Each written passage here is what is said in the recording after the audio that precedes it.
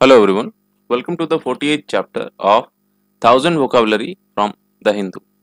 अगर आपको इसके पहले वाले वीडियोस देखने हैं वोकेबलरी के तो आप आई बटन पर क्लिक करके देख सकते हैं। चलिए वीडियो शुरू करते हैं। पहला वर्ड है ट्रेपिडेशन।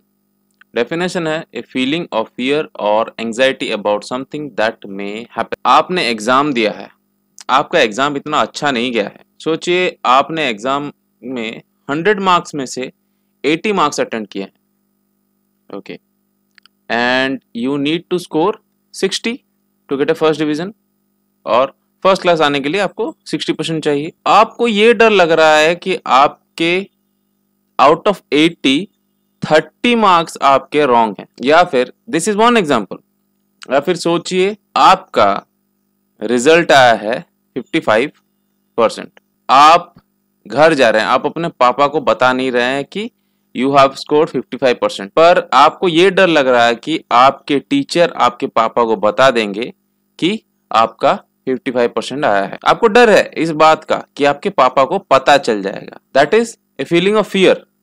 फीलिंग ऑफ एंजाइटी क्या है? एंजाइटी है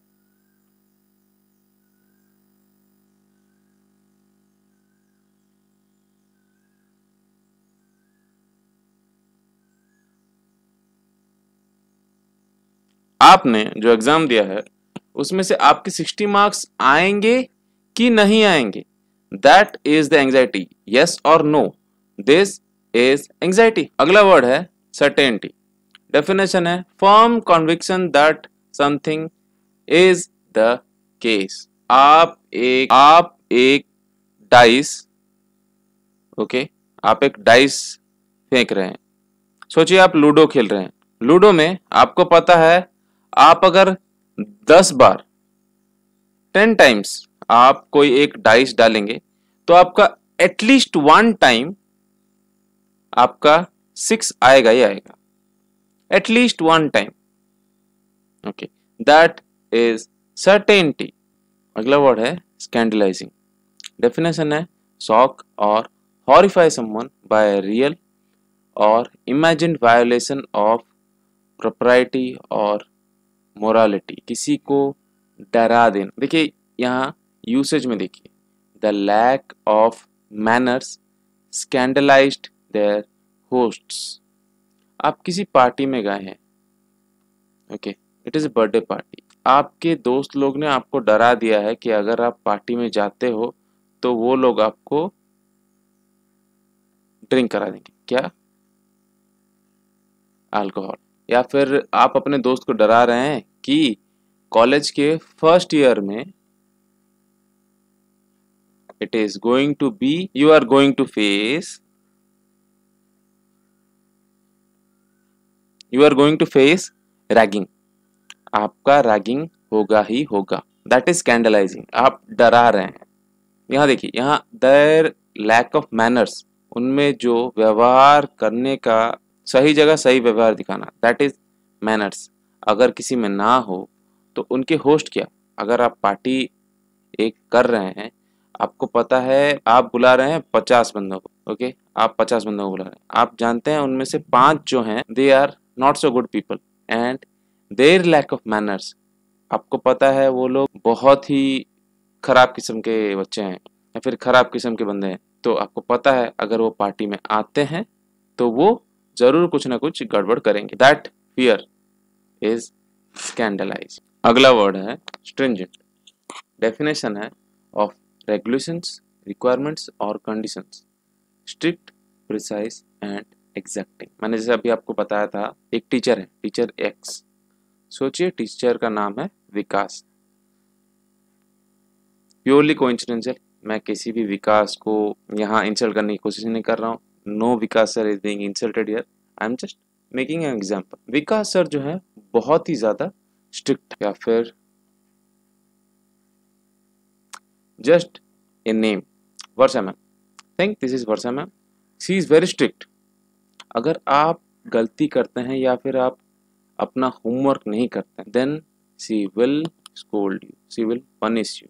अभी जो लॉकडाउन चल रहा है, गाइडलाइंस क्या है? गाइडलाइंस है आपको मास्क पहनना ज़रूरी है, आपको हैंड वॉश करना जरूरी है,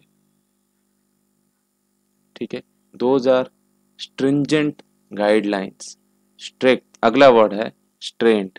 डेफिनेशन है characterized by severe self discipline and abstention from all forms of indulgence typically for religious reasons। इसका आसान सा मतलब है, ये देखिए, this is what, this is a monk, okay. वो अपना पूरा जिंदगी सिर्फ प्रेयर के लिए बिता देता है। Only for the believes that he have he lives his life, only for the beliefs that he has। he believes in Buddha, this is a Chinese monk, or this is a Buddhist monk, you can say। he will live his life praising Lord Buddha and his teachings। वो उनके teachings के हिसाब से, उनके जो शिक्षा दी गई है, उनको उनको जो सिखाया गया है बचपन से, वो उसी हिसाब से अपना जिंदगी जिएंगे। That is stern. वो अपने आप को उतना कंट्रोल करके रखते हैं, अपने आप को उतना बांध के रखते हैं, वो किसी और मोह माया से दूर रहते हैं। That is stern. अगला वर्ड है एंट्रेंच। ये वर्ड तीसरी बार आ रहा है। डेफिनेशन है एस्टेब्लिश एन एटीट्यूड, हैबिट और belief so firmly that change is very difficult or unlikely। मैंने आपको बताया था, इसका क्या एग्जांपल दिया था कि किसी का ऐसा आदत हो गया है, सोचिए कोई रोज जिम जाता है, ओके, रोज, वो अगर एक दिन भी ना जाए, that will be a loss of habit, ठीक है, that will be a loss of habit. वो उसके लिए ठीक नहीं है। He won't be able to bear. उसका इतना यकीन हो गया है जिम जाने पे कि वो समझता है अगर मैं जिम नहीं जाता हूँ then I am losing one day of exercise. मैं एक दिन हरा रहा हूँ, मैं एक दिन हार रहा हूँ। जैसे बिलीव्स हो जाता है ना कि अगर मैं कुछ भी काम करने से पहले, कुछ भी बड़ा काम करने से पहले थोड़ा मीठा ना खाओ तो काम अच्छा नहीं होगा। ये हमारे दिमाग में बैठा देते हैं हमारे मम्मी पापा कि कुछ भी काम करने से पहले थोड़ा मीठा खा लो, काम अच्छा होगा। That is entrench. अगला वर्ड है इम्पेयर। डेफिनेशन है वीकन और damage something, especially a faculty और फंक्शन। आप अगर सिगरेट पीते हैं, okay, if you smoke a cigarette then you are going to impair your lungs। आप हार्म कर रहे हैं, आप डैमेज कर रहे हैं। देखिए, a noisy job could permanently impair their hearings when I am near a flight। जब भी मैं फ्लाइट के पास होता हूँ, अगर मैं ईयरबड्स या फिर ईयर मफ्स ना पहनूं तो my ears could get permanently impaired।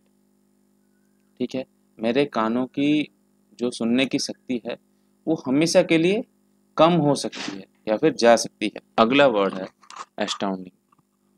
Definition है सरप्राइजिंगली इम्प्रेसिव और नोटेबल। आपने 100 मीटर डैश, इसका मतलब क्या, 100 मीटर डैश का मतलब क्या है, 100 मीटर का रनिंग रेस जो है आपने 10 सेकेंड्स